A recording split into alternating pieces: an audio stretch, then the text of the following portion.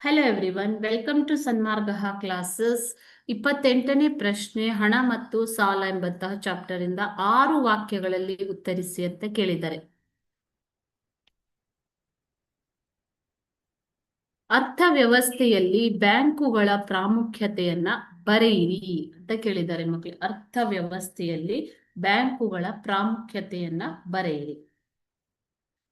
ಬ್ಯಾಂಕುಗಳು ಸಾರ್ವಜನಿಕರ ಉಳಿತಾಯವನ್ನ ಸಂಗ್ರಹಿಸುತ್ತವೆ, ಸೇವಿಂಗ್ಸ್ ಅನ್ನ ಕಲೆಕ್ಟ್ ಮಾಡುವಂಥದ್ದು, ಮತ್ತು ಬಂಡವಾಳ ಸಂಗ್ರಹಣೆಗೂ ಕೂಡ ಬ್ಯಾಂಕುಗಳು ಸಹಾಯಕವಾಗಿವೆ.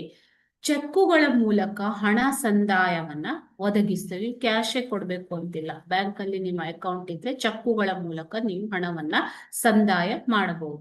ಚಾಲ್ತಿಯಲ್ಲಿರುವ ಮಾರುಕಟ್ಟೆಯ ಬಡ್ಡಿ ದರದಲ್ಲಿ ಸಾಲಗಳನ್ನ ಜನರಿಗೆ ಅಥವಾ ಸಂಸ್ಥೆಗಳಿಗೆ ನೀಡುವಂತಹ ಕಾರ್ಯವನ್ನ ಬ್ಯಾಂಕುಗಳು ಮಾಡ್ತವೆ.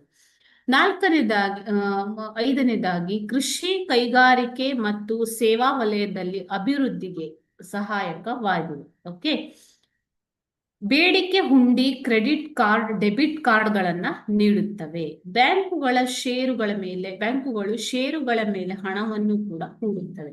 ಅದೇ ರೀತಿ ಸಾಲದ ಸೃಷ್ಟಿಯಲ್ಲಿ ಬ್ಯಾಂಕುಗಳು ಪ್ರಮುಖ ಪಾತ್ರವನ್ನ ವಹಿಸುತ್ತವೆ ಮಕ್ಕಳೇ. ಇವು ಅರ್ಥವ್ಯವಸ್ಥೆಯಲ್ಲಿ ಬ್ಯಾಂಕುಗಳು ನಿರ್ವಹಿಸುವಂತಹ ಕಾರ್ಯಗಳು. Okay, thank you.